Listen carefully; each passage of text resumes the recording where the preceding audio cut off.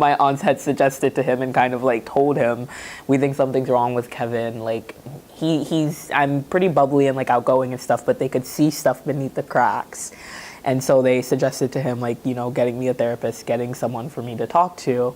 And just the stigma itself, just to like outline how my dad reacted. He thought, because I didn't struggle the way that he and his sisters had when they were younger, because I have 9 aunts, so there was 11 of them in a 2-bedroom apartment. And growing up, my dad is constantly telling me stories of how like they would go hungry. My grandparents didn't have it. They lived in a ghetto, like in Jamaica, and it was bad. They lived in poverty. Luckily enough, when they came to America, my aunts went to Ivies. They went to good schools and made very good lives for themselves. And now they're super financially stable.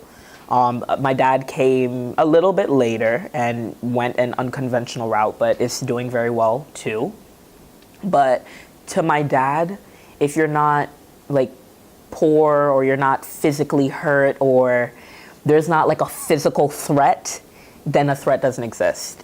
And numerous times, my dad's always telling me, come to me straight, Kevin. Come to me with the truth. Tell me what is wrong. And when I do, I don't get that emotional support that I need. He's a wonderful provider, but not the best emotional caregiver.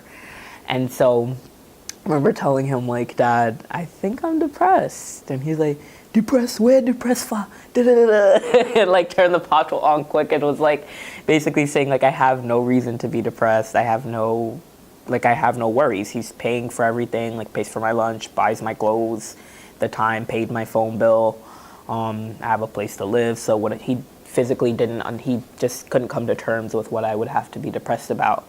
And what that did for me was, in return, like I started internalizing those beliefs. And like that started saying to me, like, well, maybe my dad's right. Like, I can't be depressed. Like, there's people out there who are like obese and they're like dealing with real problems, or like anorexic, or there's people out there with like schizophrenia. That's a real mental problem. Like, I'm just probably lazy. And the stigma was like, even within me, it was like eating me up and telling me like, you don't have a real problem.